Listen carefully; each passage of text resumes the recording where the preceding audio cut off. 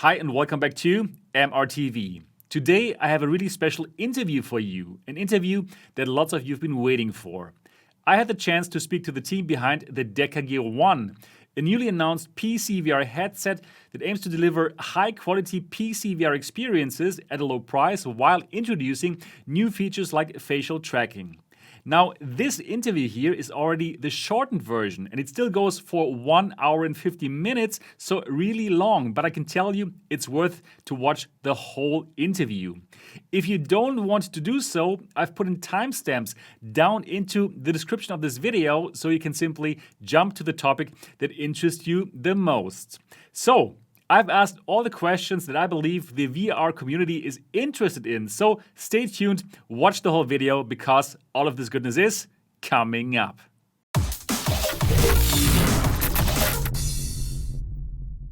It is my great pleasure to speak with the team behind the DecaGear 1. Hello there. Hey. And thank you so much for granting the very first video interview to MRTV. So before we start, could you very shortly introduce yourselves and tell us what is your part in the DecaGear 1? Yeah, sure. I'm Kuntzman. Nice to meet you. I'm the CEO of the company. All right, great. And I'm Oded Daniel. I'm a director on the board of the company, and along with Or, one of the seed investors behind.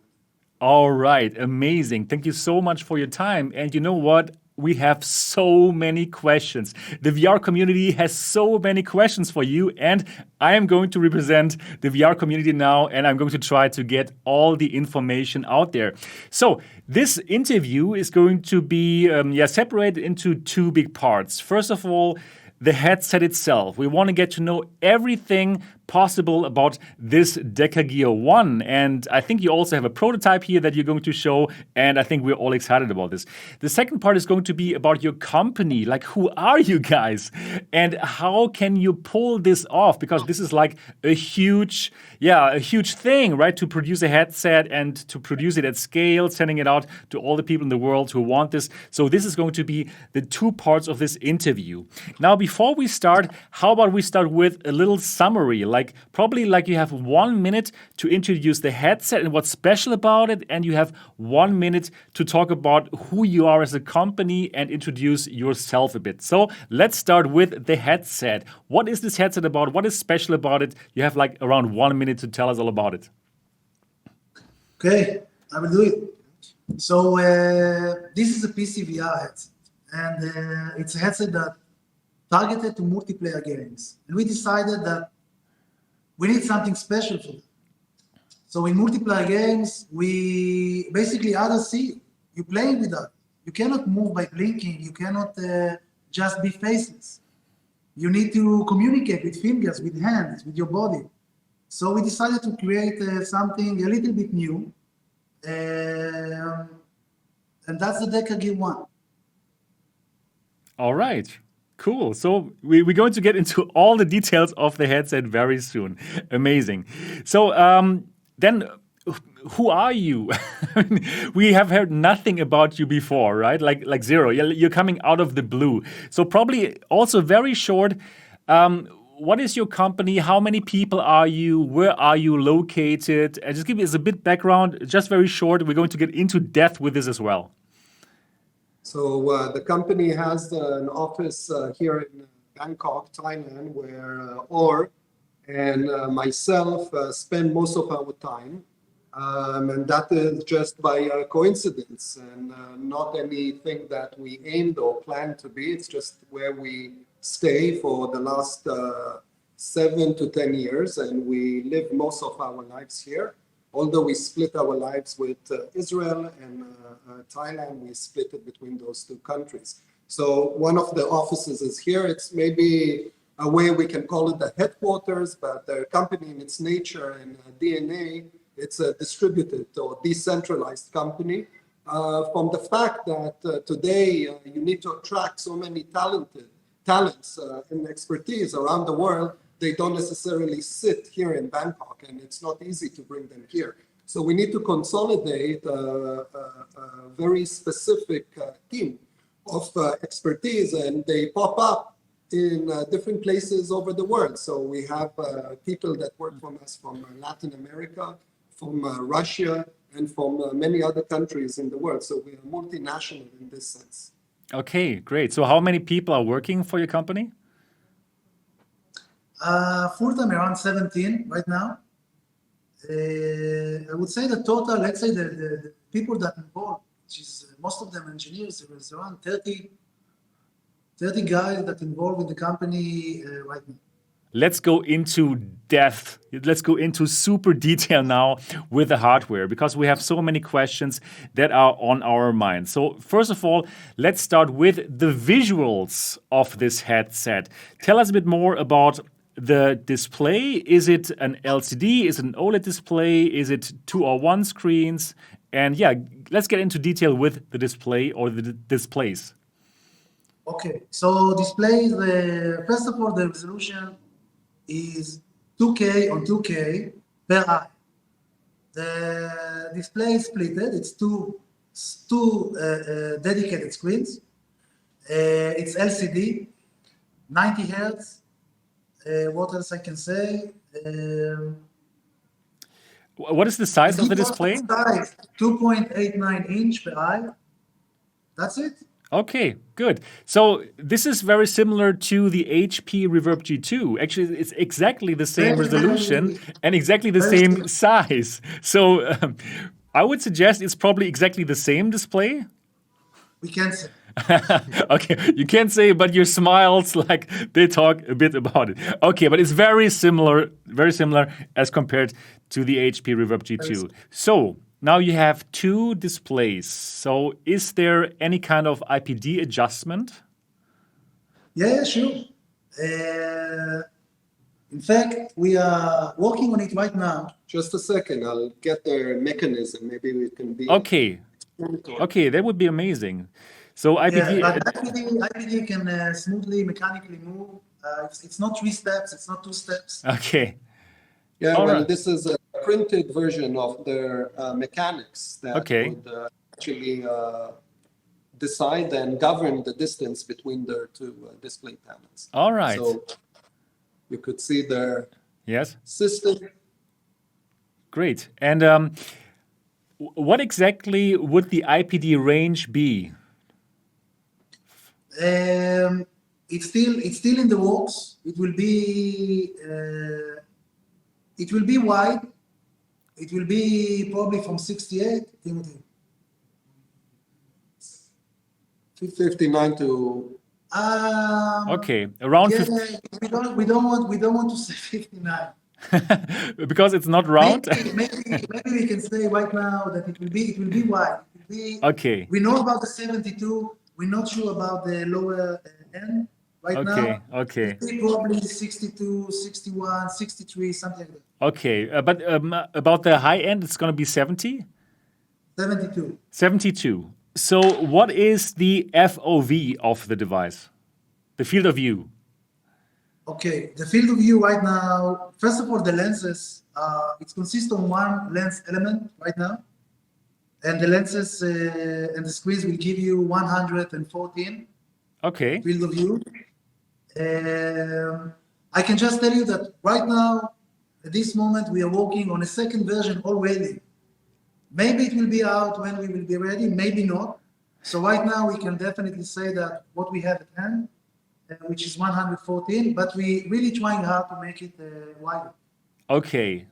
So this is based basically on 2 lenses that are stacked with each other. The physics tell us that they can work. The physics, the numbers, and the lens optical designers. Yeah, the theories tell us. Yeah, the theory says that it needs to work. We didn't realize it because it needs to go through a molding process and actually fabricate the real lens, and then we need to test it here.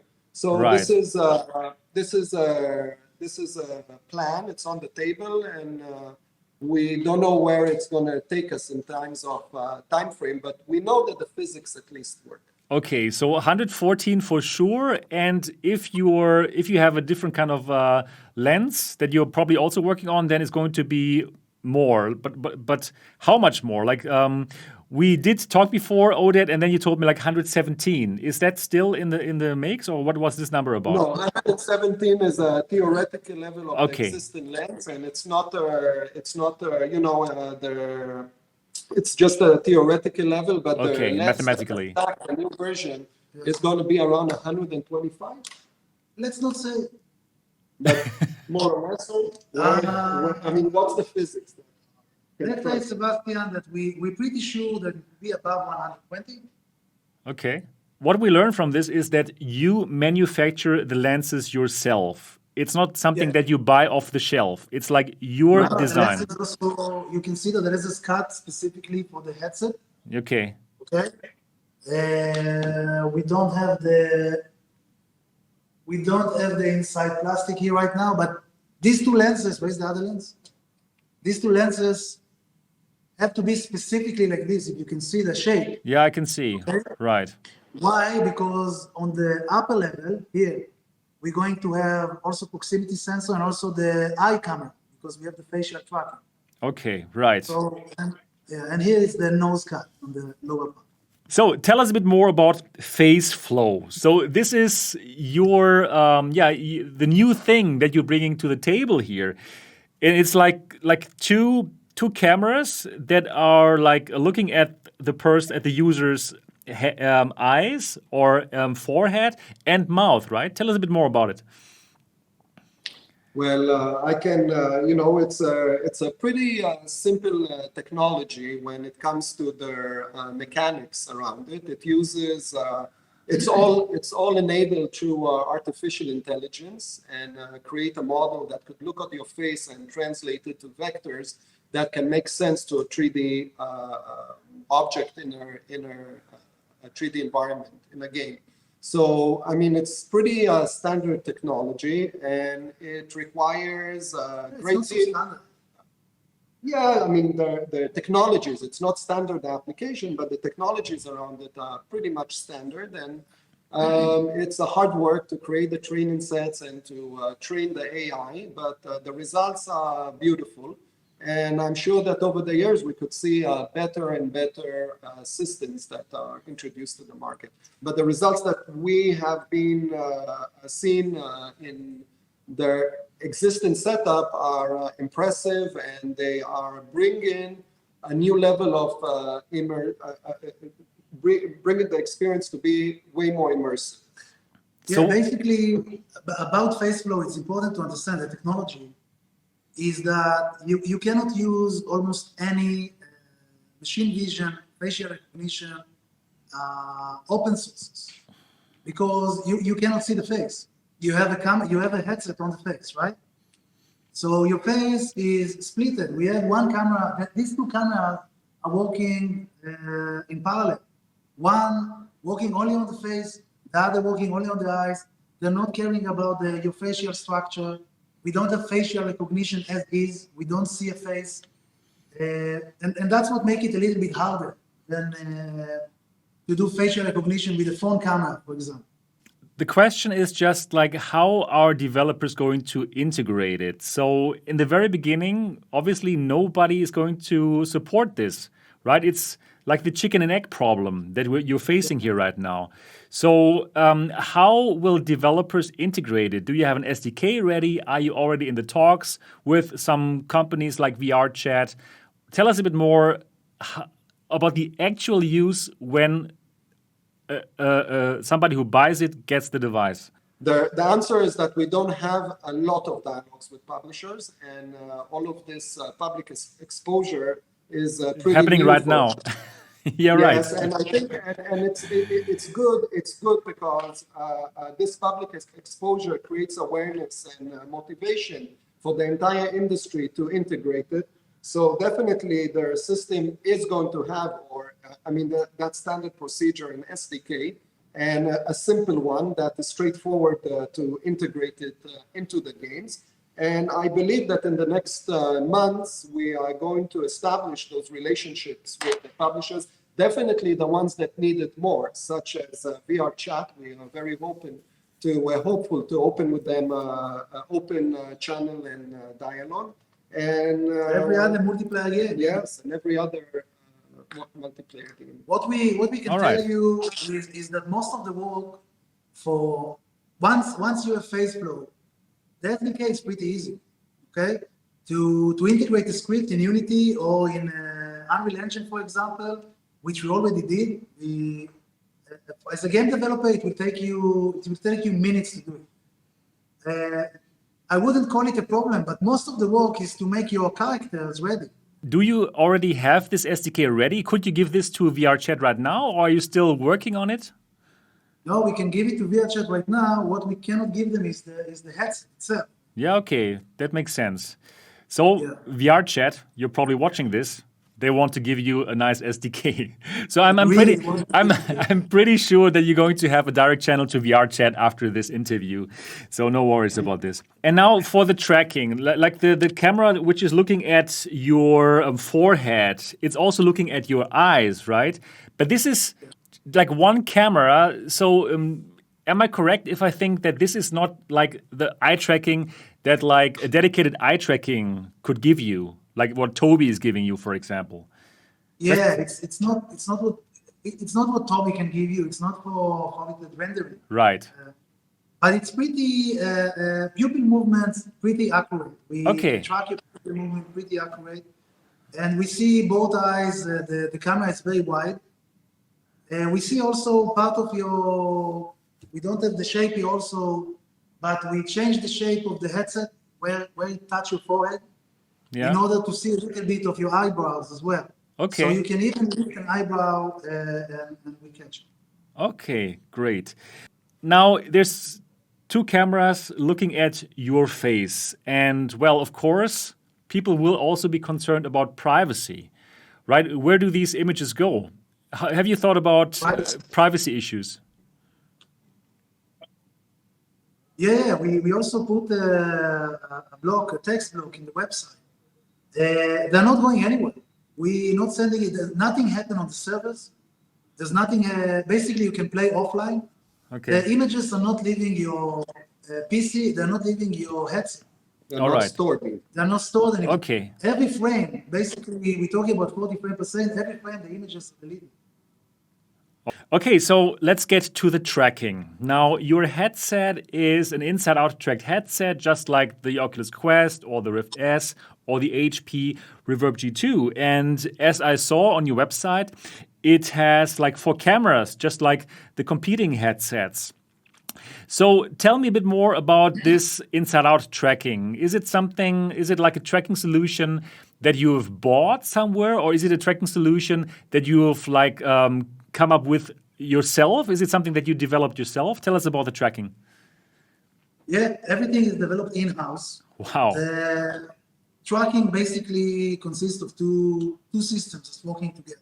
Let's show you a bit more about the tracking technology. Oh yeah, that would be amazing. That would be amazing. So we're getting a little tour here of the office. So the two systems basically are SLAM, okay, which is doing simulation and localization, which means you don't know what are the features in the room, so you're searching for the features, and Right. and based on the features that you find, you're doing the localization. Right. Where are you in the room? Of the headset. This is the headset tracking. And the second system is the controller tracking system, which basically vectorizes the location from the headset. Okay. Right. So and this is an object tracking mechanism that we are doing with infrared LEDs, and we can show you briefly how the system works. And Okay. So they're infrared emitters on the controller. So basically, it's the same kind of technology like the Oculus Quest is using for the controllers, emitting LED. Okay. For the controller tracking, the way we are different from the Quest is that the Quest, they use the blinking LED.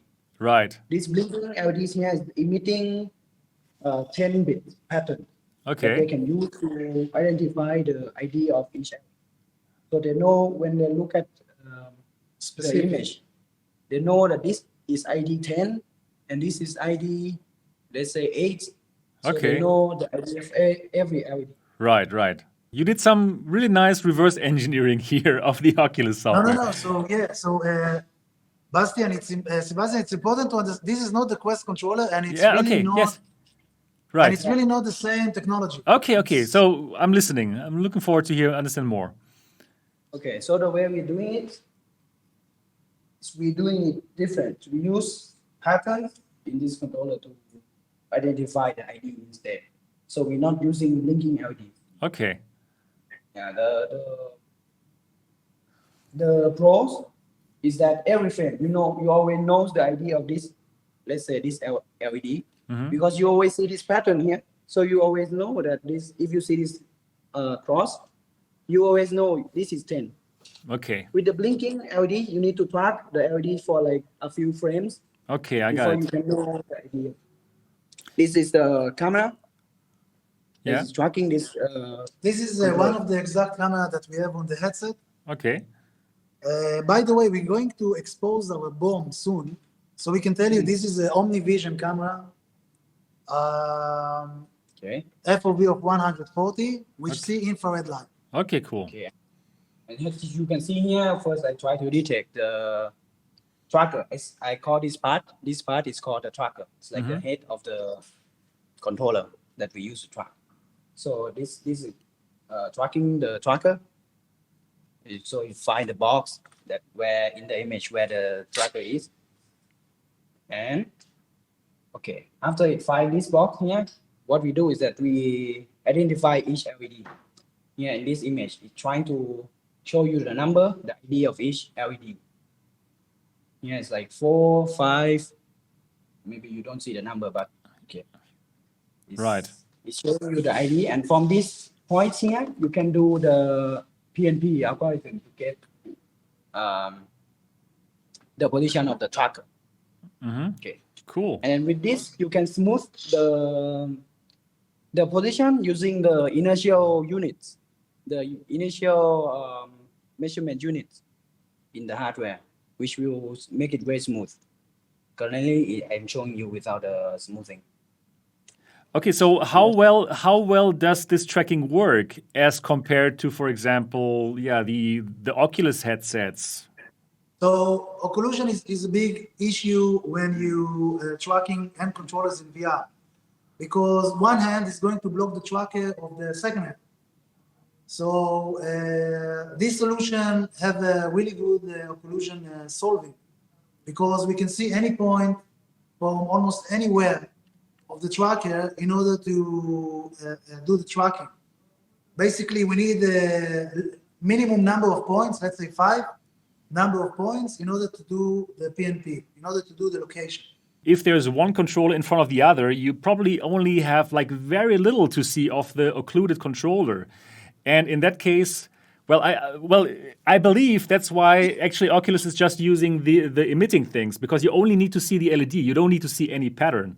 That's what I'm thinking right now. So this is something that I would have to test if I have the chance to test your control. It works great. But Okay. also, If you see from multiple cameras angle, you will be able to combine. Right. Of course. Okay, it's cool. I would love to check it out. I think in the end, you need to check everything out to see how good it really is. But it's great that you have built your own tracking technology. I think this is a really tough problem to solve, and it seems like you are really far ahead. So, cool. by the way, I just want to say another thing about the pattern. Right. The pattern gives us also some flexibility in putting more controllers into the scene. Okay. You don't need more than 2 controllers, hand controllers, because you have 2 hands. But we can put trackers into the scene. We're working on a device that we call it DecaPen. We will give more details later, but it's a pen for education, which is also tracked by the same exact mechanism, same exact patterns. Right. The only thing is the pattern is different, and because the pattern is different, we can understand exactly what we're looking at. So yeah, I would love to try this tracking and just to see how well it actually works, because I think then this will be the actual test to try it out in general. By the way, Sebastian, we are Yeah. getting, hopefully in the next 2 months, we are getting a prototype version that we call it the Bloggers Edition. And those Okay. are devices that are not going to be wireless, but besides the wireless, they're going to have all the features that the DecaGear 1 headset would have. And you can explore your facial expression, tracking, Okay. controllers, pressure sensors, finger tracking, anything Okay, this is besides exciting. the wireless. Yes, anything besides the wireless protocol, and you can test it out. You can. Okay, and well, we are this going to is definitely send you a unit. okay. This is amazing. So pre-production model for MRTV confirmed.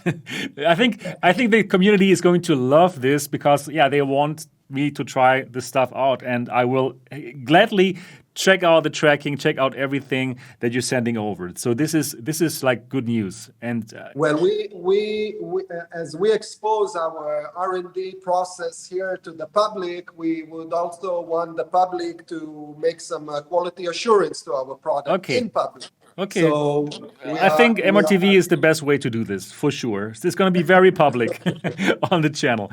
All right, that's really great news.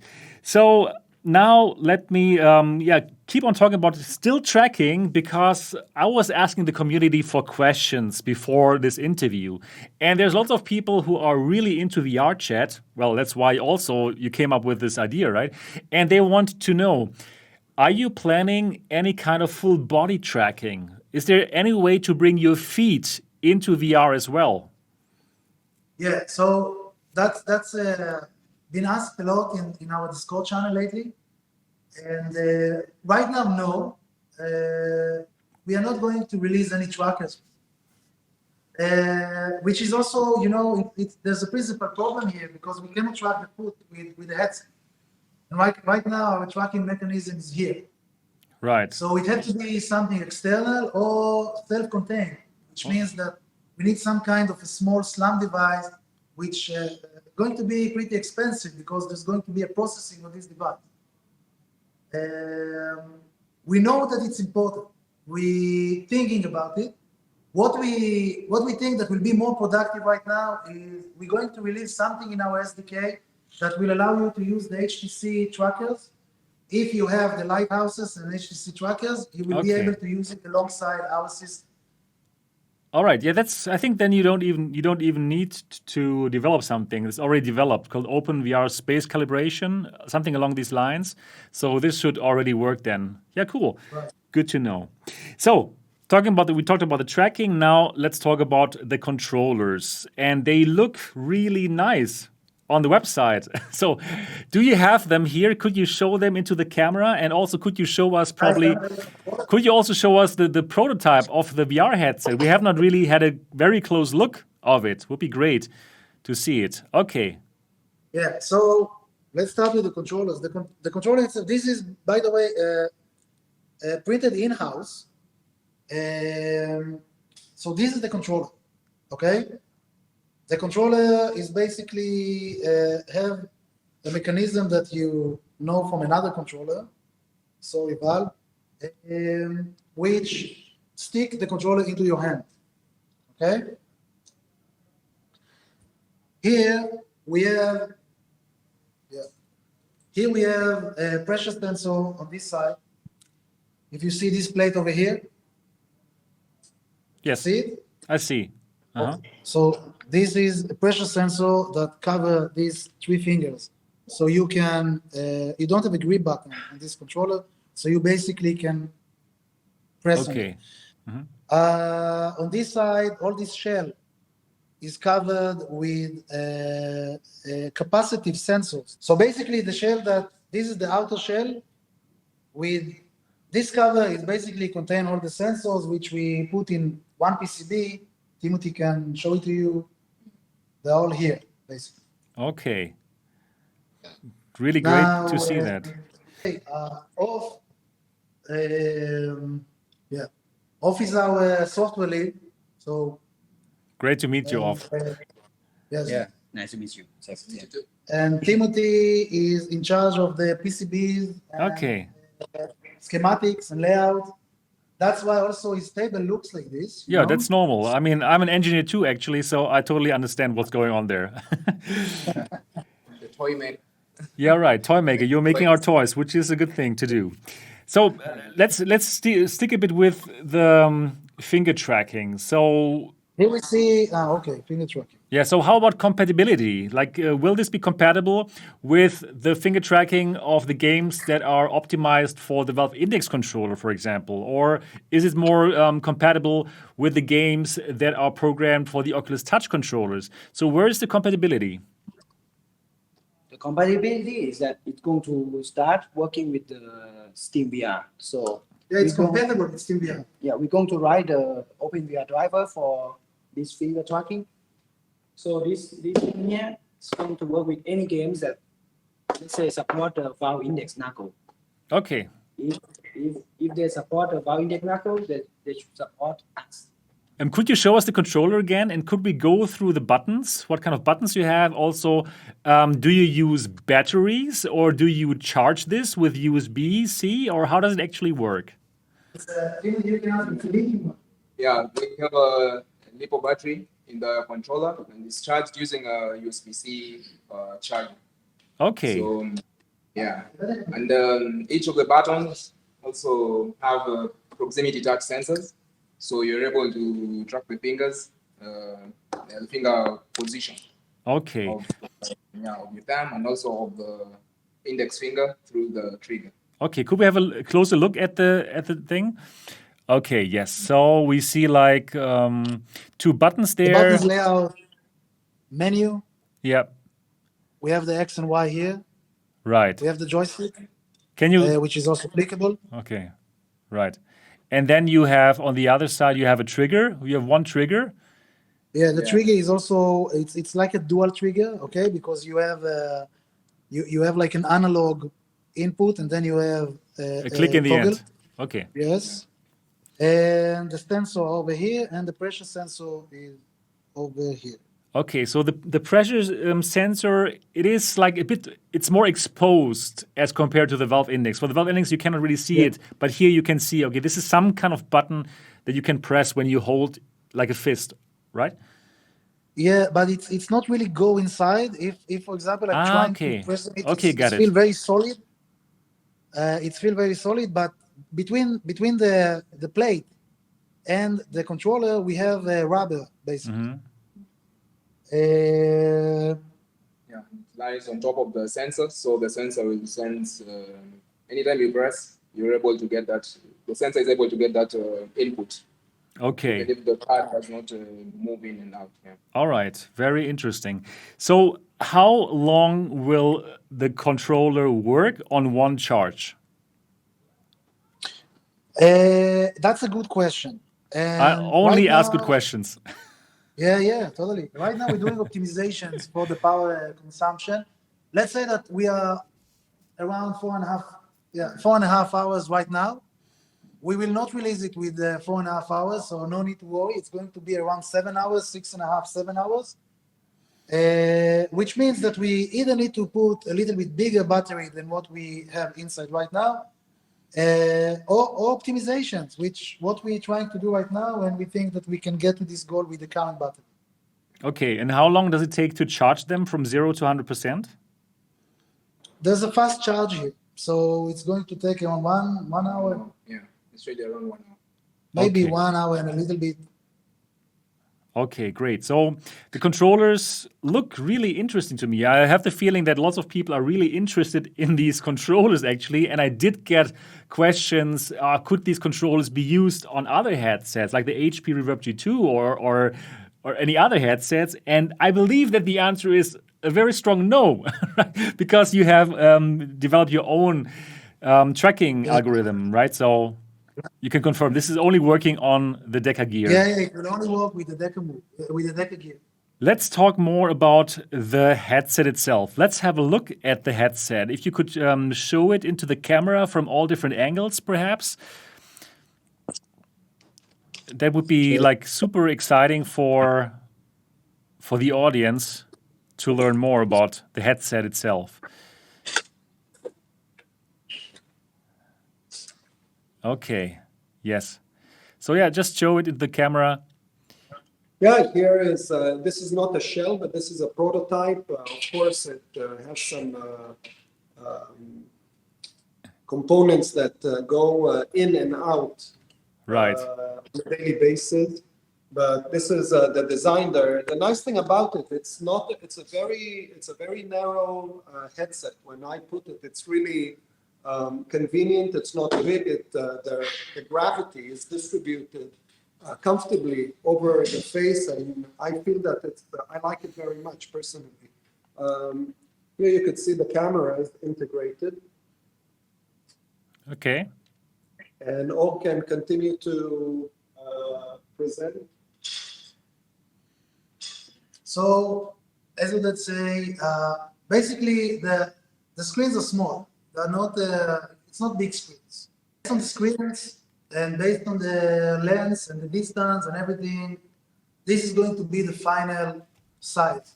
What you see here, okay, the final width. Yes.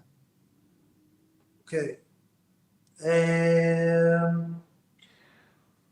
What else we can talk about the headset itself before we go into electronics? We have the IPD is here, okay? Yep. Okay. IPD adjustment is there. All right. The mechanism is right now pretty harsh because it's 3D printed. There's going to be a small change probably of the size of the button that you see. Okay. By the way, this small button is not going to be here anymore. Okay. Okay. This button should, similar to the Rift S, in this design, we wanted to change the eye relief distance. Right. But it's not going to be anymore, and we're going to change it. We're going to give sorry. No problem. Yeah, so there's going to be two modes for glasses and without glasses. Without glasses, you're going to be pretty close to the lens. Right now, around 0.8 centimeters. Okay. These very ugly white dots going to be nice. These are the infrared LEDs that are going to light the mouth area, the lower facial area. Facial camera is here. You can see it. Yep. Okay. LEDs also inside. So you can see on the side, we have 4 LEDs that, again, infrared, of course, light it. Here it's 4 because it's really dark inside. Lenses design changed quite, they changed a lot. These, you can see the lens. Right. So this lens is 150, Timothy? 150 degree FOV. It's a fisheye lens that cover your eyes from side to side. Speakers are going to be integrated here. Right now, it's only a case. You can see it here. Mm-hmm. Okay, the speakers are going to be integrated here. And yeah, basically that's it. We have right now 2 microphones from each side that coming from this and this side. Okay. Tell us a bit more. Do you have any kind of ports or interfaces? Do you have a headphone jack? Do you have a USB if you want to mod something, or is it just like we see it here? Yeah, you're going to have a jack. The jacking is going to be USB right now. At this moment in the board is supported. But we're thinking of converting to BLE. Convert it to BLE or to add a BLE. But right now we have additional USB 3, which is going to be a SIM, USB-C connector, which you can connect anything you want to it. You can connect a lip motion device, you can connect whatever. But we think to either to convert it to BLE or to add a BLE. It really depends on the USB hub that we're going to use. Okay. So is there a headphone jack, or are you going to just keep the audio that you're going to build into No, the no, there's headset? going to be a headphone jack. You're not seeing it here. It's smart on the headset, but right now on this model, it's not existing. All right. Okay. So how about the facial padding? Is this something that you can change? Is it how is it connected to the device? Right now, it's glued with the it's glued with the hot gun glue, but it's going to be a magnet. Oh, it's going to be magnet based. So something like the reverb or the index. Yeah, something like that. Okay, so do you already know what kind of facial padding are you going to distribute? Is it going to be pure leather, like it seems there, or what is it going to be? It's going to be decided in the next 3 or 4 weeks. Okay, We have a factory in China that basically doing everything. They're going to do the strap. Everything that is not electronics is coming from the same place. So the head strap, the controller straps, the plastics, the molds, everything is coming from the same place. We have a couple of options. It's also a price issue. Yeah. okay. So tell us a bit more about the head strap. So is this what we're seeing? Is this like a final version? What is the head strap going to be like? Tell us, is there going to be different kind of head straps, or is there going to be one? How about and tell us a bit more about the audio solution. People want to know more about the audio solution. Is it something like the Quest, or is it more something like the HP Reverb or the Index? No, it will be something more like the Quest. We're not going to have a nice bass like the Reverb or the Index for that matter. The strap the strap is far from ready. Okay. What you're going to see basically in the end product is that we're going to have a small tunnel going above this one. Okay, this strap is really thin right now. It's going to be much more thicker. I don't know if you can see the material or thickness. And we're going to have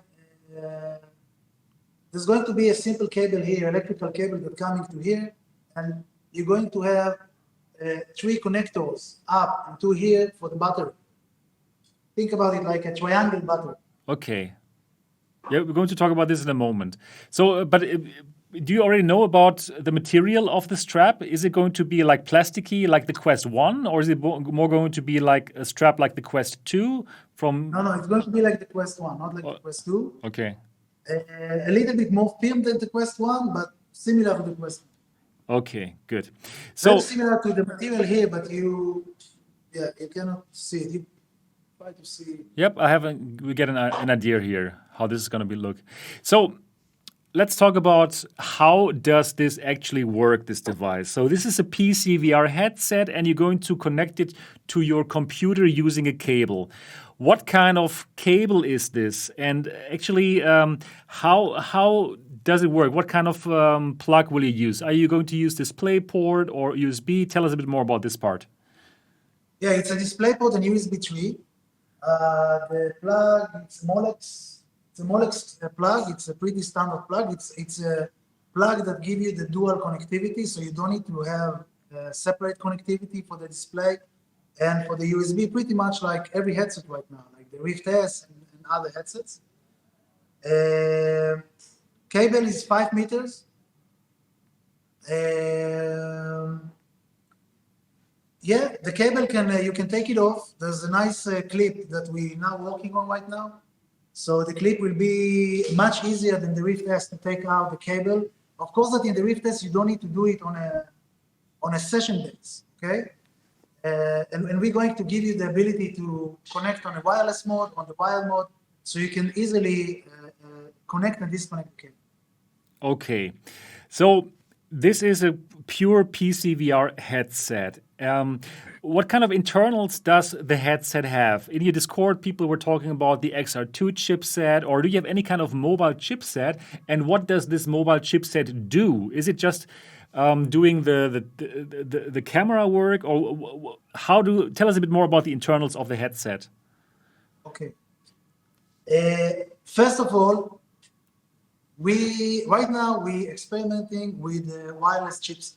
Okay. So we have several options. So we cannot say if it's going to be the XR2 or it's going to be a Bear 865. It's going to be an NXP solution, an ARM-based solution, like the IMX8. But for us, it's going to be the cheapest solution that basically can do the processing that we need on the headset. What kind of processing do you need? Is the tracking going to What happen? kind? Yeah, is Everything is going to the yeah, tracking? Everything is going to happen. Yeah, everything is going to happen on the headset. It's going to be the facial, the slam, everything is going to run on the headset. Even the calibration of the Deca move, small stuff. It's important to us because we want to keep your GPU idle. Okay, we don't want to mess with your GPU, the player, and everything is going to happen on the headset right now. We have a switch, and if you can imagine a diagram of how the main board looks, we have a switch inside that basically we switch the MIPI input between the ARM processing unit with the wireless to the display port that's coming from your PC. You cannot change it in the middle of the session. You need to decide before you start the headset what you want to do. Once the cable is connected, that's it. You're on a display port mode. You're on a wired mode. On both wired mode and wireless mode, we do the tracking locally. We're doing it on device, everything. The SLAM, controller tracking, facial tracking, everything we do. Also, the Guardian itself is basically done on the headset. Okay, interesting. So tell us more about the wireless mode. How does it work? Is it Wi-Fi 6E, or tell us a bit more about how does it work? So it's Wi-Fi 6. We don't know if we're going to support Wi-Fi 6E. It really depends on the chipset that we will choose last. Let's say that eventually, you mentioned the XR2. The XR2, the biggest advantage of the XR2 is that it can support up to 7 cameras, which is crucial for VR, especially for us because we're using 6 cameras. But we already have a solution for that and a pretty cheap solution that we made in-house based on FPGA, of D-Link's FPGA. And we're doing all the post-processing, like a gamma correction on the FPGA, and we're pretty happy with it. So the XR2 don't give us any specific advantage compared to, let's say, 855, okay, or 845 maybe, if we can benchmark the 845 and say this is enough for us. That's for the processing. The difference between the chipsets in Qualcomm and others is the Wi-Fi capabilities, the Bluetooth capabilities, G5 capabilities, which it's also important thing. So we still don't know, but I can tell you that every experiment, every component that we experiment is including the AC and the AX, which is Wi-Fi 5, Wi-Fi 6 on board. There's not going to be a situation when we're going to release this headset without support for Wi-Fi 6. Okay, that makes sense. So I think it's really important to make this point really clear. Your mobile chip in the headset is not meant to run games like the Quest 1 or 2. This is purely for facial tracking, for SLAM, for all these kind of things. And all the games, they come from your PC for sure. That's why you don't need an XR2 actually, right? Because you're not running any games like the Quest 2. Right? Did I get this right? Okay, I think that's Yes. a very important point to make. On a consumer's perspective, running Android-based soft games and given the option to connect to a high-fidelity gaming machine is a combination, is an option that Quest or Oculus has taken in their plan. We wanted to optimize their experience to connect to high-fidelity games only, and this is what it is right now, the headset. Okay, great. So let's talk a bit more about the wireless. Have you already done it? Is it working? And tell us a bit more about the latency. Have you already measured the latency? Can you compare it to virtual desktop, for example? More or less like virtual desktop, but on a, let's say on on a customized solution. So we see around 35 milliseconds right now. Okay, we can say that this is probably what you will see in an office like this, in a room like this. Our router is in the room. If we connect the PC to the Ethernet, we see a more stable solution. I think same like with the virtual desktop and the Quest. And you also gain 3-4 milliseconds in average, so you can get around to the 30. But these all these experiments right now are with the Wi-Fi 5. We didn't do any experiment right now with Wi-Fi 6, and from what we think, we're going to see around 8 milliseconds less. So hopefully you can get around 27, 28 milliseconds if you have a good router, and it's going to be on the same room. It's really important in Wi-Fi 6, more important than Wi-Fi 5. Also, we're playing right now with the antenna locations on the headset. Right now, on this headset, the antenna is integrated in the board, which is not the best. We want to have an extension to the back where the battery is. We want you to have an antenna on the front and on the back, which we find out critical in many situations. So this is also a work in process, but these are the numbers more or less. And yeah, we think that you will see. I think that many people are happy with what Godin did right now with the virtual desktop. So I think that you're going to see at least this performance. Okay, yeah. Greetings go out to Guy Godin from Virtual Desktop. All right, very interesting. So people will also want to know when you connect this to your PC. Now, this has nothing to do with Windows Mixed Reality, right? This is a SteamVR headset. So how have you been working together with Valve on this? And do you need some extra software like the Pimax or the HTC to run with Steam? Yeah, so right now, first of all, for the Blogger edition, for example, and for after the Blogger edition, we're going to have a Game Developer edition. These two editions not going to come with any UI client. The client itself is basically only a server that work to collect the facial blend shapes, the facial output, and the Deca move out. These are the two things that not going through the SteamVR driver. The headset itself is a totally SteamVR headset.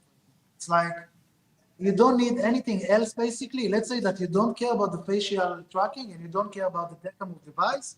You don't need to install anything on your PC. And the game developer need only to install SteamVR on his Unity or Unreal in order to develop the game and support Deca. So now the interesting question, how far are you in the development of this headset? So on your website, you're saying you want to release this on May 2021, next year, May. It's not so many months, and it seems to be a bit aggressive. Looking at your headset right now and like all the feeling that I get from what we've seen, I mean, it's great that you're working on it and it seems like you have something there, but you know, like a final headset with the final hardware shipping to tens of thousands of people. Wow, this seems like too positive in your thinking, too aggressive. So where are you in your development, and what is a time frame that is actually realizable for you? Let me answer this question. And first of all, time frame or the time that we set to the product is a time that we stated and didn't calculate it. So we don't have here Gantt charts that actually analyze the process in an analytic way and bring us compile a date where usually we see it in big projects happen. We don't have the resources and not the mentality in the R&D team to act in this way. And we are more agile in this sense. But the date for us is a very important statement internally for the employees, for us, for the community, for other suppliers that help us in the development of the product. So this is, the date is a compilation of intuition and wishful thinking. To be honest with you, it's good. a wishful thinking. Community likes but it's honesty and transparency. Yes, but what you need to understand that it's an element in a development, in an R&D development environment. Timing is an element that is there, and there is a lot of wishful thinking components in it that's driven from many emotional forces that are, Yeah, the technology is basically ready. And once you need to QA everything, these are two processes that they need to happen in parallel. When you order the parts, okay, when you have lead time, you have assembly time. Let's say that these two together takes around 5 months, half a year, okay? So we plan, that's the plan right now. Like you say, it's a wishful thinking, but we plan to start with ordering the parts and the assembly in around January next year. So hopefully we can do it. We can make it to around mid of 2021. Maybe we will be late. Once we do it, basically, once we are ready to order the parts, once we are ready to enter to lead time, to put orders in the screen manufacturers, okay, with Qualcomm, for example, it means that we're also ready to do the proper QA and send the headset to the developers and to you, to the bloggers, to the influencers. And Content creators. so this is going to be a big stage for, and this is not the bloggers version. This is the actual final version. Right. Yes, so this is going to be also the blogger version, by the way. It's going to be a big step in the way where people outside of the company can see that we're on the way, we're on the right path, right? The blogger version that we hopefully going to ship to you, Sebastian, and around, I can send January next year, beginning of January, mid-January next year, hopefully, going to contain everything. You will be able to check the tracking. You will be able to check the facial tracking, okay? The Deca move, you will be able to check it even next month. So the technologies are there, and basically right now we need to put everything together, it's a hard task, but we think that we can do it around January next year. Sebastian, let me elaborate here. Sure, you have time. I think the real question here is more not exactly when the headset is going to be introduced, if it's going to be introduced a month more or 2 months later. The real question is if we are going to see this headset in the market, if we are going to see DecaGear. And for that price. And for that price, yes, realized in the market. And my take on this, personally as an investor as well as the company that has a stake here, is that the company has been going on for 3 years and it has a momentum right now to continue. And it has overcome a lot of challenges, and that challenges made this company R&D team. It's a company, it's people in the end. It's not something, it's people, made their people very familiar with each other, working together, and there is a momentum that is pushing us forward. So the question is, if we're going to see DecaGear in the market, we are going to see DecaGear in the market. And we're going to make sure that and work hard and be committed to make a good product that satisfies our users, take it, the immersivity to another notch forward. And multiplaying games. And we need to understand VR is still in a stage of experimentary. Okay, all of the devices that came to date are experimentary. We see it with Google.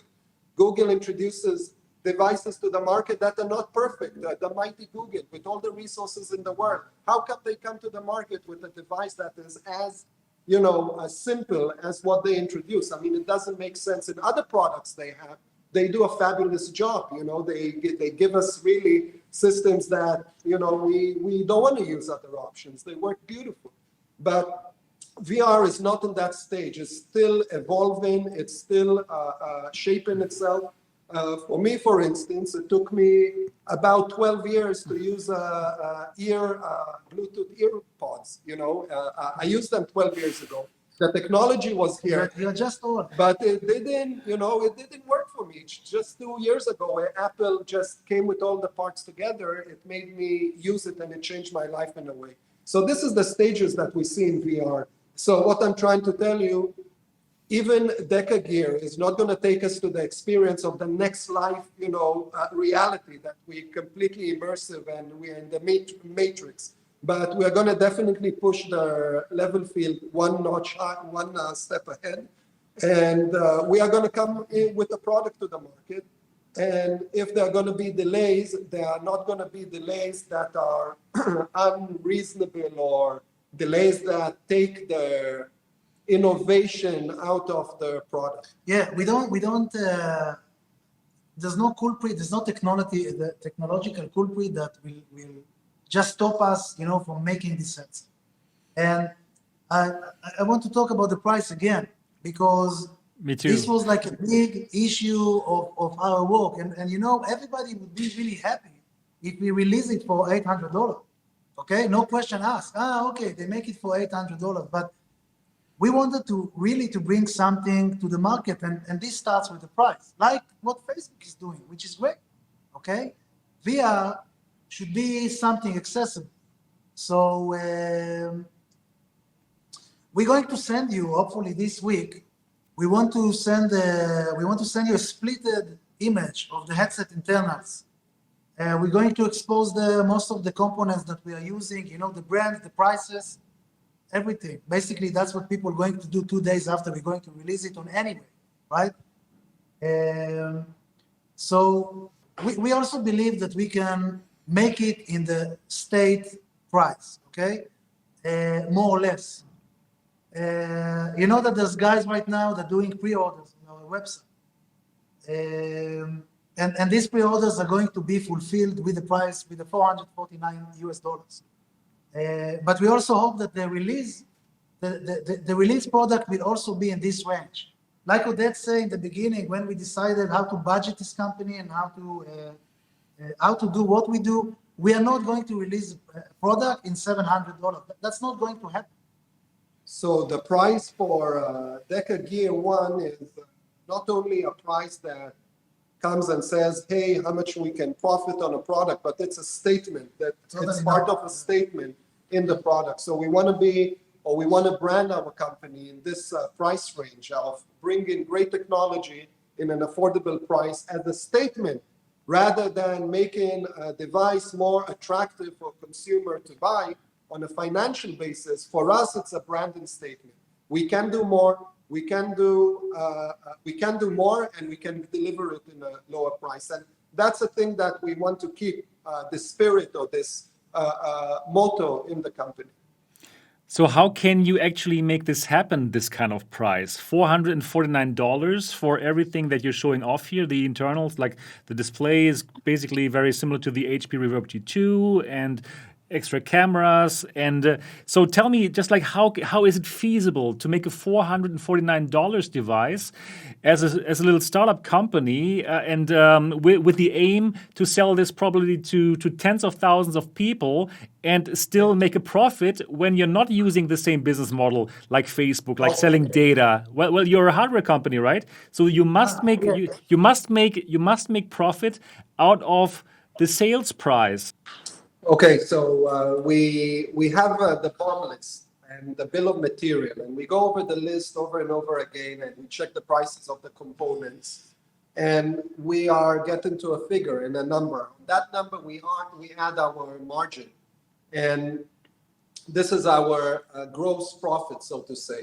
And right now, as we go into the bill of materials, we understand that the price is in the neighborhood that gives us a profit that we are satisfied with. On top of this, we need to understand that there is another hidden cost above the BOM. There is the R&D, the research and development budget, which needs to spread to all of the units that you are selling. So the smaller the company, the cheaper the R&D costs are. And it doesn't mean that the quality of R&D is cheap. It means that the cost of R&D is cheap. And we are taking this price out of their equation. And simply by looking on our BOM price and the price that we want to sell their device on the market, we have our profits. And we believe that we are going to stay more or less in that price neighborhood. And for instance, screens, people think that those components are extremely expensive. Those components are not that expensive when you think about it. A screen costs today, the screen setup that we put on our devices ranging around $20 a unit. 20 to $30. So those are basically the price range. We're going to release an infographic that would specify the entire components in our device, and we are going to specify the price. We're going to specify the price for each of those components as it appears on our BOM list. Yeah, it's going to be for the major components. There's around 500 components in the headset. So we're talking about, let's say, the most expensive components, public components, for example, lenses, screens, processing unit, memory, wireless component, speakers, microphones, right? Stuff like that. So, and we believe that we are, in that neighborhood is what our spreadsheets are telling us, that that's going to be the price bracket that we can introduce and launch the product in the market. If things are going to change, I think they can change, but they are going to play on our favor. As time passes by, components become cheaper, new technologies are introduced, all the components become cheaper. Our R&D is based on those components. We cannot really change them in the last minute. So as time passes, our price range is only going to play to our favor. Okay, understood. But for this kind of pricing, if you look at the BOM and things, you must purchase these materials at scale, right? You cannot just buy 100 pieces. If you really want to get to this price, you must be looking at tens of hundred thousands, or not? We are looking at 5,000. This is the minimum. 5,000. 5,000 is the minimum. We're not going to produce 5,000. But what Oded is saying is that, first of all, you're right. There's a big difference between 100 pieces to 5,000. That's a huge difference. Okay. Between 5,000 pieces to 25,000 pieces, we're talking about 25-30%. Okay? Between 25,000 pieces to 200,000 pieces, the difference is already 10% in the electronic world. So yeah, we need to get to some minimum.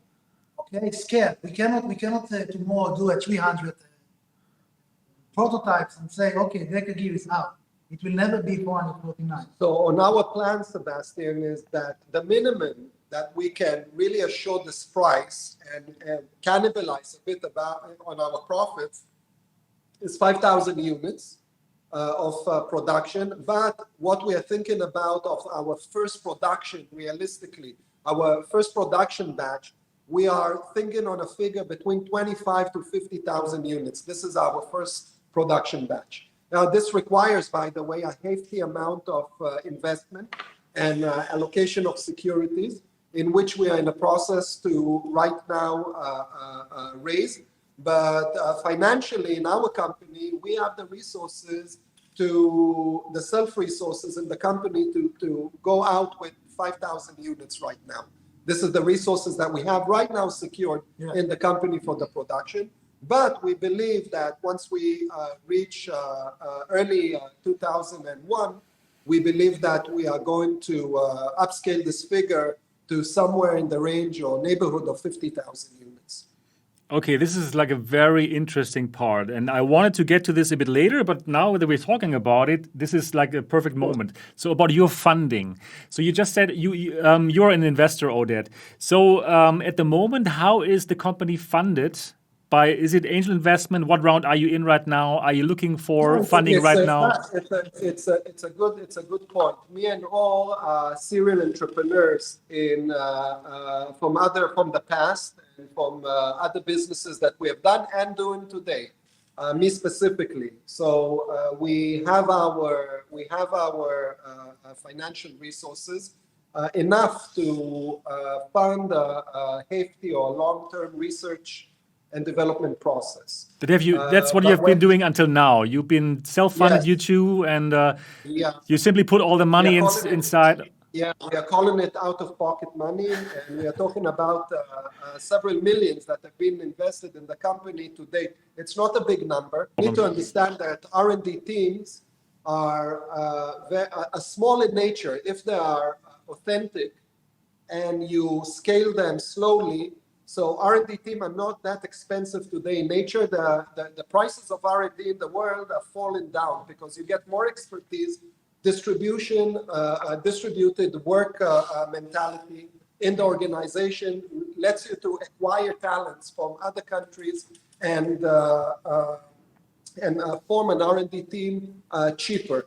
And we have been funded from a modest sum of money compared to the big numbers that we are talking with big companies. But it doesn't, what I'm trying to tell you, the millions that have been invested to date in the company does not reflect really the quality of the research and development. It has nothing to do, there is no correlation between the cost of the developer and its talent.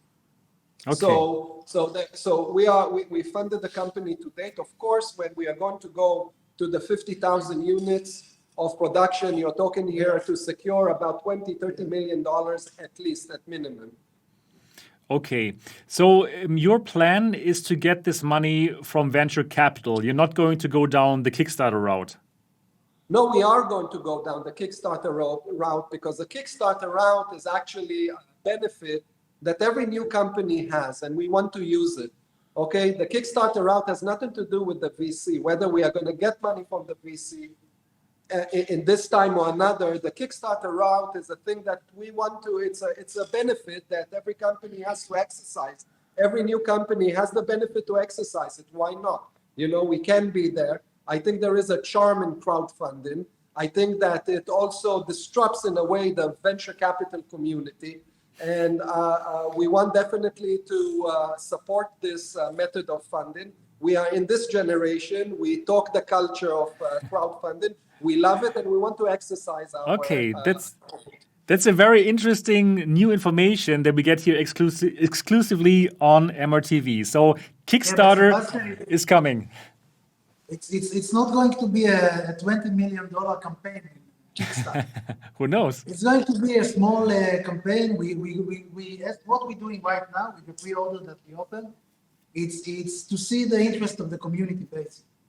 And the Kickstarter campaign is going to actually start, Sebastian. It's important to mention this. What's the point? Where is the Kickstarter campaign going to start? It's going to be, the Kickstarter campaign is going to be launched in parallel or a bit after the bloggers version is going to be released to people and bloggers such as you to test the system, to cover and review with the real product or most of the functionalities of the product. Okay, that makes lots of sense. So with Kickstarter also comes, of course, that there is going to be a bit more of a risk for the people who chip into the Kickstarter, right? We've seen that, unfortunately, with Pimax. Lots of people put the money into the Pimax Kickstarter campaign, and they did get a product, which is great, but it took long time, right? Correct. So the community is a bit burned by VR Kickstarters.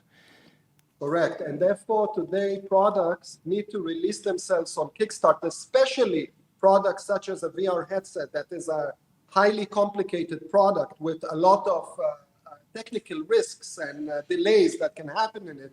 I think companies need to be very responsible on where and what time exactly, on what stage they're releasing the product on Kickstarter.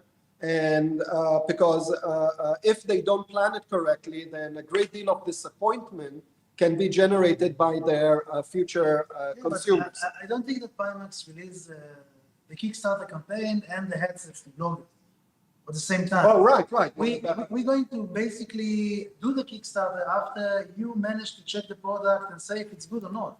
Now, the community really is a bit wary of Kickstarters because really they did not make great experiences. They didn't have a great. But what are you going to do different as compared to Pimax, for example? So what we are going to do different, I'm repeating it again. It's up to the company's responsibility to know in what stage to release a product to Kickstarter, because today we need to mitigate risks. We have seen companies that have promised and didn't deliver on time. Okay, they delivered, but didn't deliver on time, and didn't deliver, and then people get burned. And you know, a VR headset, it's something that consumers dream about. They have expectations about. They are waiting for it. They are locking their money. They want to see it. They want to believe it. And you know, if you come and don't deliver, as much as the excitement comes the disappointment, and we don't want to be in that. We don't want to be in that spot. So I think what's important is that the Kickstarter campaign of DecaGear is going to be released only in the point that bloggers such as yourself and critics would review the product and be happy with it. Okay. So which means two things. One is that you're happy about it, so I'm as a consumer, I can put my money there. Second thing, it means that this company is also close to production. Okay, because if we manage to give you a product, even if we printed it here in the office, so right now what is missing is a mold. Okay, it means that this company is really, really close to production. There's lead time, there's assembly time, there's packaging time. That's it. Okay, There's so no unknown, there's no uncertainties that now can take us, you know, to another advantage of a year. okay. Yeah, you have to make the community understand that you can actually pull it off. And I think that this interview is going to help to make people understand who you are, what kind of background you have, and how you could pull this off. And this is also like one of the questions now that I'm going to have for you. So what do you know about production? Like, where will you produce it? Do you have the assembly lines set up? Like, how can you show that you can pull this off? Because we don't know you, and we don't know. Do you have any kind of experience with hardware? Okay, let me emphasize something. Today we are living in a very connected world. So we are strictly focusing on R&D and the management of the supply chain, but we don't control the supply chain. So any component, including the mold, the assembly and such, are done by other suppliers. But the experience that you need to have is really managing supply chains. And that's not easy, Sebastian. That's not an easy game. Today, even the CEO of Apple, he's a guy that came from the supply chain, area section in the company. Supply chains are extremely challenging, and they have a lot of challenges in them. We don't have the experience in those scales right now, but we are ready to go through the hard, and there is no other choice. When we need to go and jump to the water and face this challenge, it's definitely a challenge. And when you're talking about, usually the problems with supply chain is that you have an extreme high amount of demand and you cannot deliver, you cannot supply, you can deliver a limited amount of units due to facts that there are other priorities, that components are promised to other people in the market. Our screens are used by many other products in the market. They're not waiting for us, the manufacturer, you understand? And there is also the trade war between China and America, and there is logistics, and who knows, there's so many components going in supply chain. It's important also to mention that the assembly is not going to be here. Okay? Not in your office. Not in the office. We touch base with right now we have 4 companies that we're discussing with, and there's a many. We're talking with 4, and we're going to have one partner that is capable to do it. There's also a partner that we're talking with that already did a VR headset to a very big player. Never mind right now, we cannot say the name.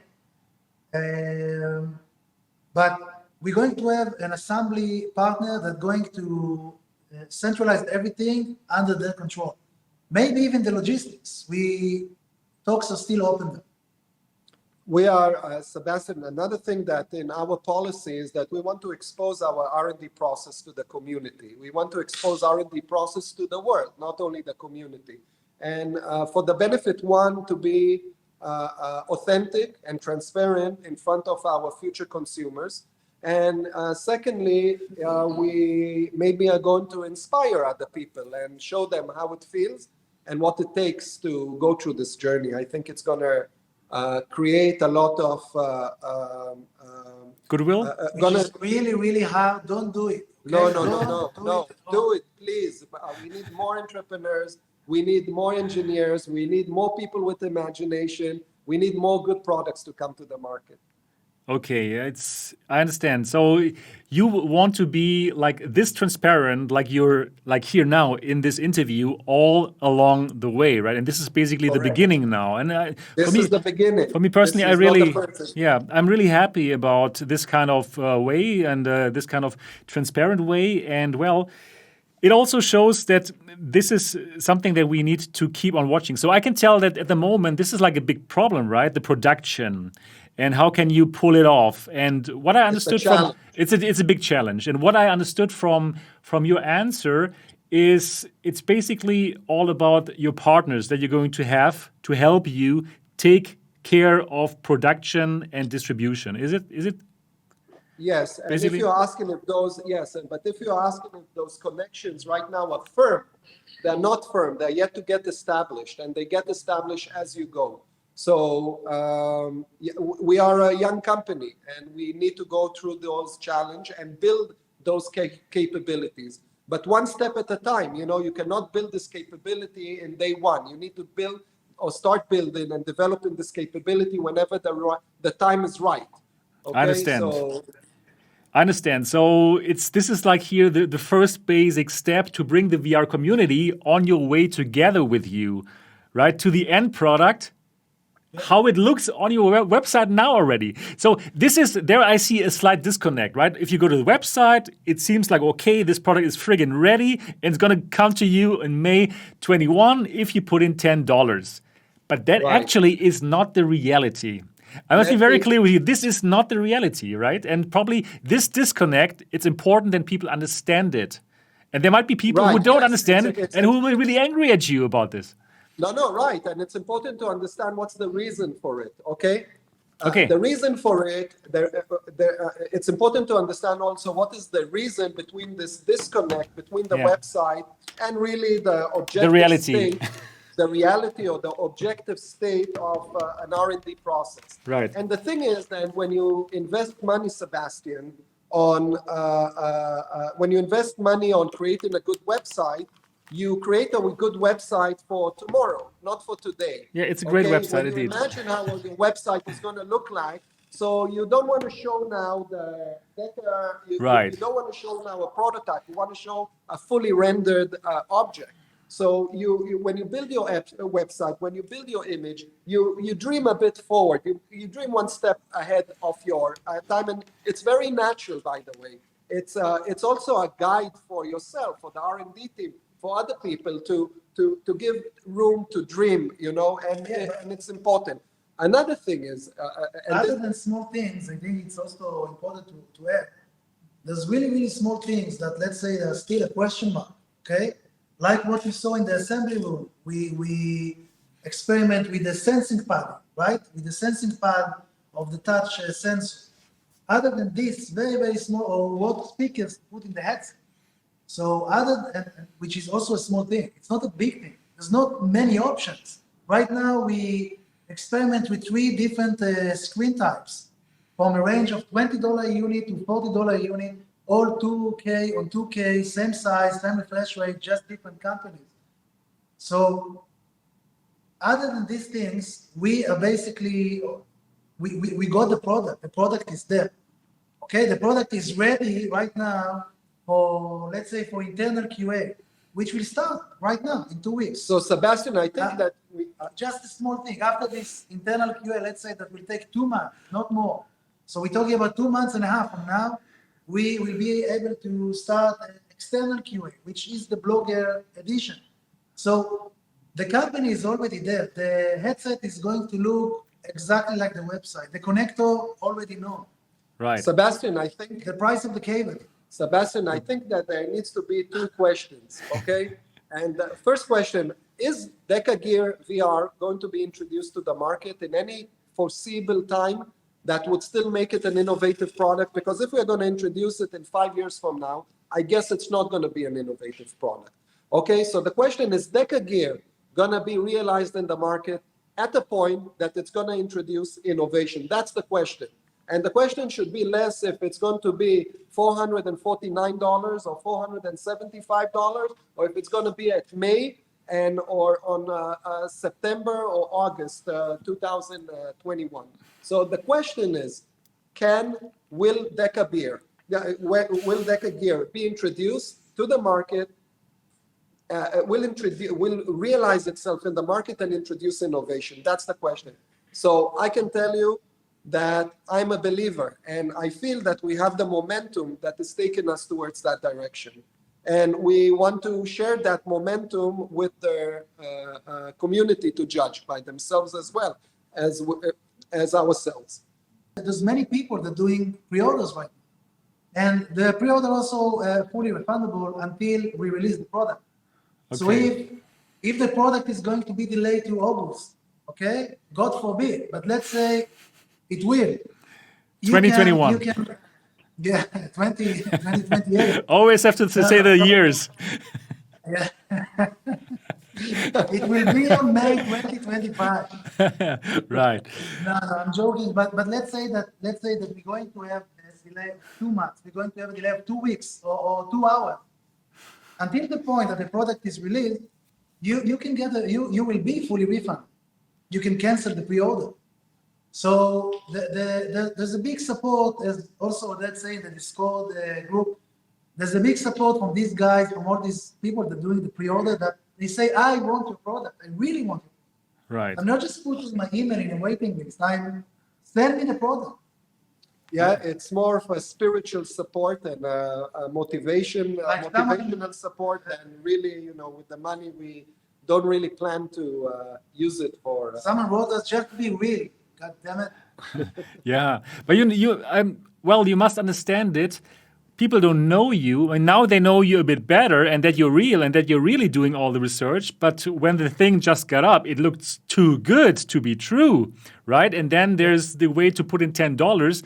In the very beginning, there was no email address or no way to contact you, nothing. So it did look like sketchy as hell, to be perfectly honest with you here, right? So, yeah. Yeah, well. It was unintentional, totally unintentional. What happened basically is that Quest 2 went out, and which is amazing product. We bought it. I like the Quest 2 a lot, but we're asking ourselves, is it, I have a PC, okay? I want to play high fidelity games. So I just sit down and wrote some article, and we put the article on the website. And then I tweeted it on Twitter. Someone catched it, and now we have a community. It's so easy. So, It's so easy. Yeah, okay. Anyway, so for the $10, it was just a way more for you to see that people are really committed to your product, that they want it. This is the reason, right? That they encourage us. Let's put it this way. They encourage us to make it happen. And we don't need the money, but the encouragement definitely helps. It helps Ophir and Timothy and other people in the team that are suddenly excited to be in the eyes of the public. After working 3 years in a dark cave, and it's Bangkok is not so bad, right? So Okay. it's flattering and it's important. I understand. So We appreciate it. okay, so how many people have already pre-ordered right now? Can you expose that number? It's lesser than, it's not that many numbers. It's maybe less, 1,000. 1,000 something. Okay. And there are other reserves, people that did not pay the $10 but want to be notified. By the way, this is was me. also pretty much good examination of what is going to be the first batch. Okay, yeah, Okay, right. it's, let's say, for example, 5,000. Let's say that along the way, we're going to get 15,000 or 20,000 pre-orders, it will be much easier to understand how to talk with factories, lead times, orders.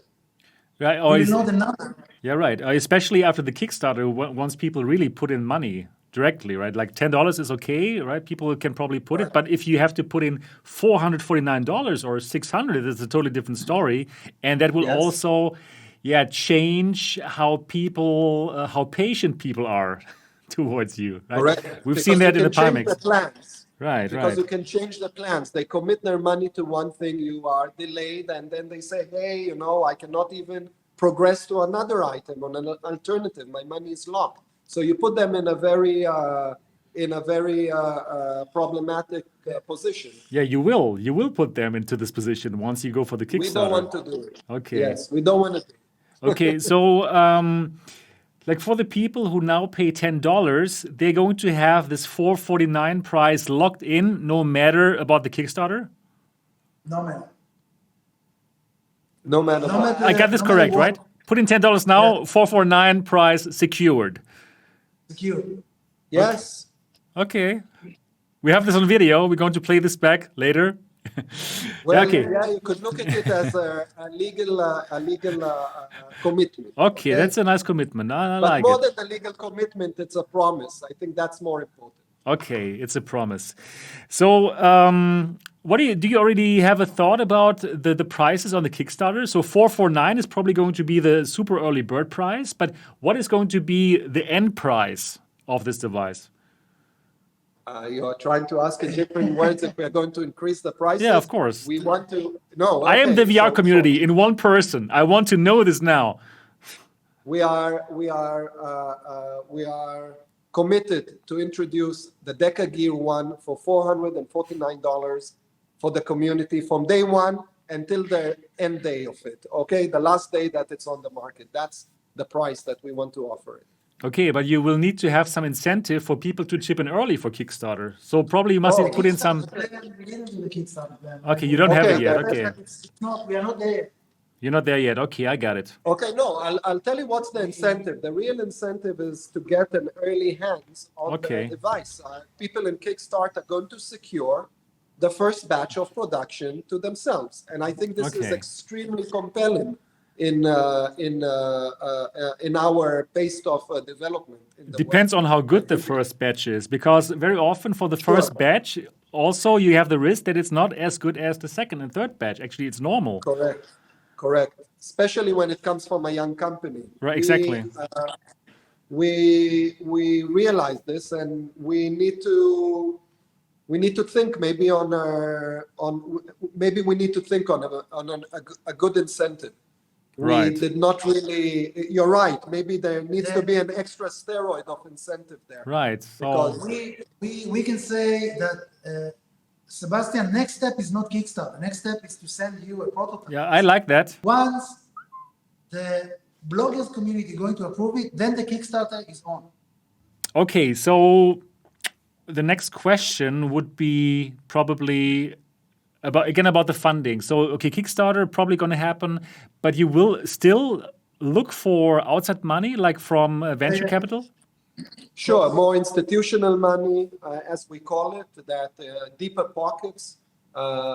That's something that is it cannot happen without it. And venture capitalists, we need to understand, they don't only look at the team, but they look at one very, very important component on a company, which is traction. That's And the I most think important.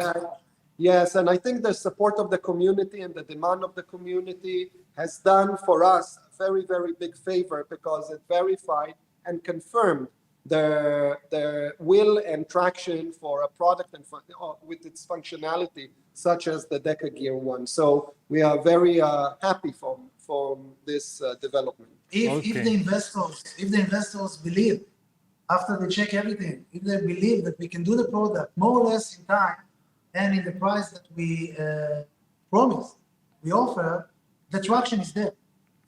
Right. Okay? At If this we can moment in do time, this, you do we're have going traction. to- Yeah.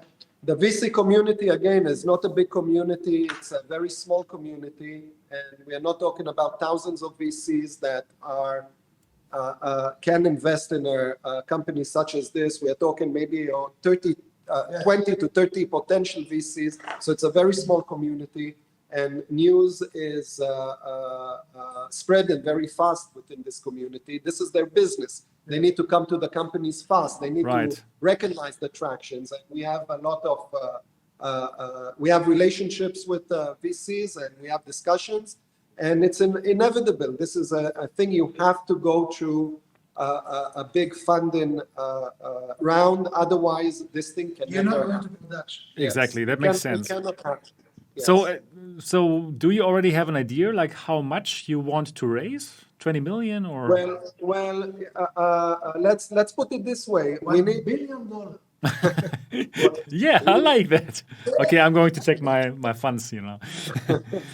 Well, we need we have a figure, and as I told you, we need to introduce 50,000 units in the market, and this is our We can also tell you more or less the bomb, right? Let's say that right now we're talking about right now total cost. If we will go with 50,000 units, we're talking about around $350 bomb cost. So you're talking about $20 million just for that process, and you are talking and some extra cash. So we are talking about Everything we talked about, the logistics, the support, the so we are talking about 30 to 40 million dollars capital at minimum for launching a product such as this. All right, okay. So that's going to be very interesting, probably also depending on your traction. You will think about your valuation, how much you want to give away. But yeah, that probably you should work on a bit more of attraction before you go into these talks. So let's understand more about you. How did you come up with making a VR headset? So you need to ask. Oh, okay. Or how? I can just say something that all started to work on this project seriously after he was inspired. It's a bit naive to say or funny, but he was greatly inspired by Ready Player One. So here it is, Ready Player One. So thank you, Steven Spielberg. But or can continue there. Yeah. So yeah, we didn't do any hardware before 2018. We wanted to work on Deca splits. We wanted to bring basically a freemium model to games even before VR. Okay, so you play PUBG, PlayerUnknown, and you play one map. So instead of buying the game for $20-$30, you start the map free, and then you pay for every map as you go. And we started to do this, a framework. We started to design it from the board, even before we did a line of code. And we figured out that right now we have a problem with multiplayer VR. That's usually what happens when you think on one idea, it's changing, it's shifting. And we got to a conclusion that you talk with people, you're talking even with people from Qualcomm, okay, or from the Quest. They ask you why you need camera for the facial, like nobody see you, okay? And that was 2018, and there's no doubt that right now multiplayer VR is going to be the majority of VR, okay? It's going to be social, right? That's what Facebook is doing with this cheap Quest thing, okay? They're doing everything right now, even this Facebook Horizon. You need to have a Facebook account, right? Okay, yeah. So it's important to understand that VR is social is VR. That's the future of social, and we don't see a one social VR out there, okay? And social VR means that it need to have a good locomotion mechanism, okay? You need to be able to communicate good, so the face is really, really good. It started with the face basically. Then we had the other stuff. Yeah, but like, so how did you come to the idea to make a VR headset? I mean, in 2018, you already know, okay, this market is not mature at all, especially in 2018. Like now, okay, we have an idea, it's getting more mature. But in 2018, when you came up with the idea to make a headset. Yes, Sebastian, we are we are big believers in VR. Like Okay. I'm extremely believer in VR. I don't think that the mouse and keyboard and screen going to be exist in 5 years. This is me. Yeah, okay. And I may be wrong. Have you pre-ordered the But, HP Reverb G2? No, we didn't order the HP. We have the same You should screen, so totally. why? Okay, same screams confirmed. Okay. Very interesting. Cannot speak this simple. So basically, multiplayer VR is something that was missing. And we had a couple of ideas of the locomotion. We started with the wrong idea. We did a video about it. Yeah. And we did a leg band device. And you needed to see Timothy walking here around and starting to crack windows and furniture. And we changed it along the way. And yeah, we needed a multiplayer VR. We didn't know what we're saying, what it means. Okay, we knew one thing, which is the facial tracking. Okay, and there was also another company that tried to do it. I don't even remember the name, but it was pretty expensive. I think that only the model of the facial tracking was around $500. And we also knew that it needed to be cheap. So yeah, from there we started the way. Started Okay. the path of, All right. So the interesting thing is like your mindset. It means like you wanted to do it, so you just did it, even though everything is basically completely new. I believe you had no idea about controller tracking. You had no idea about optics for lenses, right? You started from zero, is it? optics, yes. Yeah, but that's not. I mean, behind all of this, there is a thing like that called an entrepreneurial spirit. Yeah, I okay? understand. And That's what I want to get to and now. an entrepreneurial, there is an entrepreneurial spirit as well as an experience. And myself have experience experience in R&D teams. It's not the first product we design, code, or it's not his first product. And of course, there are here more new disciplinaries that were a bit foreign for all. But in R&D process, you need to. Like hardware, by the way, hardware is hard, like they say. Okay, Oh, yeah. It's very hard. and we find out along the way that it's really hard. It's become really hard, and suddenly also with the not a software. I'm developer, by the way. Also, that is developer. We're not doing it on the daily basis, but we know software really good. And with software, there's no delay. It's basically you and your team. With hardware, suddenly we don't get the data sheet from this vendor, and it's not connected to this, and we need some FAE to answer in time. And yeah, it become a little bit even chaotic and stuff. Okay. But yeah. Let me ask you about your team. So you mentioned at the beginning of this interview, like you have like developers, like most of them are engineers. I think you mentioned like 17 around the world, and some of them are in your office right now. So how did you find them? It's so tough to find the talent, right, to make something happen, like inside-out tracking. Like even HTC, they didn't manage to come up with a good inside-out tracking. How do you manage to get this talent as somebody nobody knows, and you've been operating like under the radar for 3 years? So how do you get talent like the people sitting in your office right now? So you touched a very interesting point. HR is the most important process in a startup company. It's a successful startup is measured by its ability to attract talent. And now the question is, how do you do it? Definitely, you don't do it in a conservative way. You need to find talents that are very, very specific. How do you go and approach that talent? You're unknown. It's not that the talent is coming to you, but you are going and actually approaching the talent. And this is also can you approach remotely?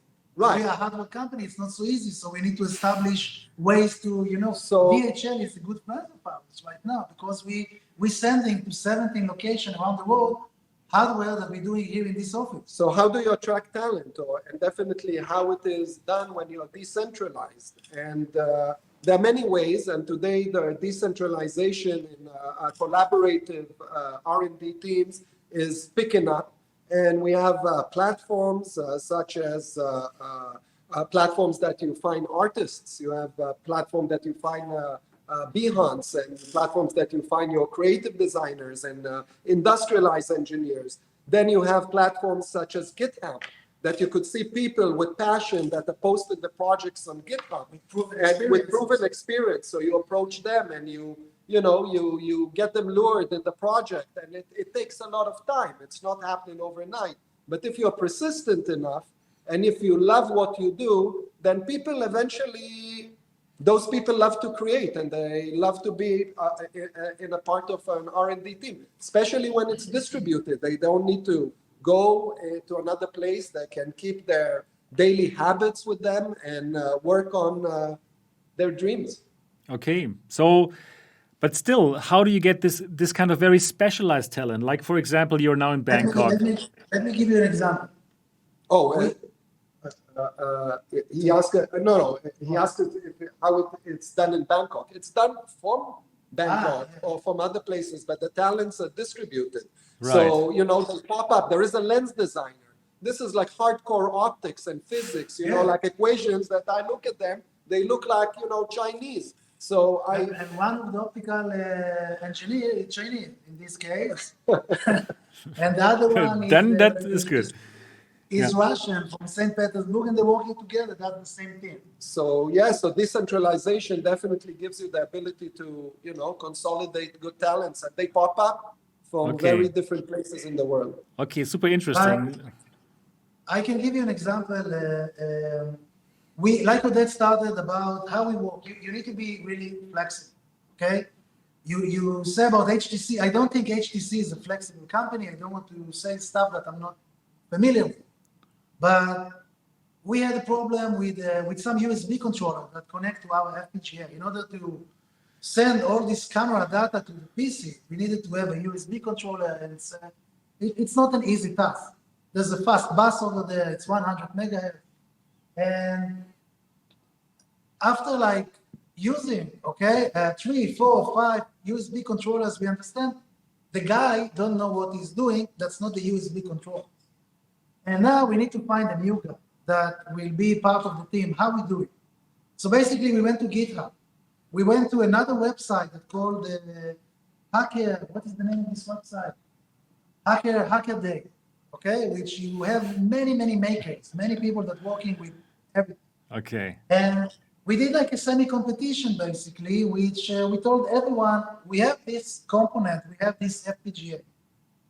Instead of asking you, what experience you have, did you try it before, we can ship it to you. Okay, tell us how much you need per hour, and that's it. Let's start working together. So eventually we send it to 5 people. One managed to do it properly and is now part of the team. Okay. I think we've talked about nearly everything that we could talk about. Is there anything more that you would like to add from yourselves? Well, we hope to see this community evolve. We hope to see VR becoming to be a standard and a mainstream product. We believe that this is part of the future. I think it's going to have a tremendous impact on many other fields besides gaming, such as education. So VR holds the key to a lot of our human progression. Okay. And something that you would like to add to all of this to wrap up this interview? Yeah, listen, I'm really tired. It was a long interview. No, not from the interview. The interview was fun. We until now we got I don't know how many lines of code, how many boards we throw to the garbage because it wasn't successful, how many plastic and raising we did until now. But we know that we are on the right path. We think that what we do is important. We think it's what VR needs. And what's happening now is putting again wind in the set. We see people in Discord, in YouTube. Some of them starting by saying you are scam. Okay, you are. Whatever you do, it cannot be true. And we answer them. This is what we do. That's what we want to do. This is where we are now. They're happy. They want to know more. they with us. So I just want to say, yeah, that it's really important, and it's make us refresh again. We have new powers from what happening in the last days, and we will deliver. Wow. Okay, great. So, for all of the people who are watching this right now and who would like to follow DecaGear, what is the best way to join the DecaGear community and to follow you other than subscribing to MRTV? So, what's the best place? Is it like the Discord, or are you setting up some other way to interact with the community? We have Twitter, we have Discord, we have LinkedIn, we have a YouTube channel, we have the website in deca.net. You choose. Okay. All right. Okay, I'm sure they're going to find you, and probably after this interview and all of the articles that will come out of this interview, I'm sure that your community is going to grow a lot. So I would like to thank you for this really long interview, for giving MRTV the very first video interview, for being so transparent, telling us everything. And I do believe that this is the beginning of a long journey, and I wish all the best to you. And I'm looking forward to try the product and to show it to my community. Thank you, a lot, Sebastian. Thank you. Go, come. Yeah, wave into the camera. Thank you to the last team. goodbye. This is like this is like a really nice interview. Thank you so much, Off, and thank you so much, Timothy. And yeah, all the best to you guys in Bangkok. Enjoy your evening, and yeah, looking forward to see you all again soon. Bye bye. Thank you, Sebastian. Take care. Cheers. Bye-bye. Bye-bye. All right, now this was a really interesting interview. And again, thanks to the team behind the DecaGear One for granting the very first video interview to MRTV. If you want to stay in touch with DecaGear, I'm going to leave the links to their Discord server, website, and Twitter down in the description of this video. My name is Sebastian Ang, and this channel here is all about virtual reality. I'm bringing you independent XR reviews. You're getting exclusive content just like this one here and the latest news. So if you have not yet subscribed to MRTV yet, do so now. And I hope that you enjoyed this video. If yes, give it a thumbs up, and I'm looking forward to see you in the next episode.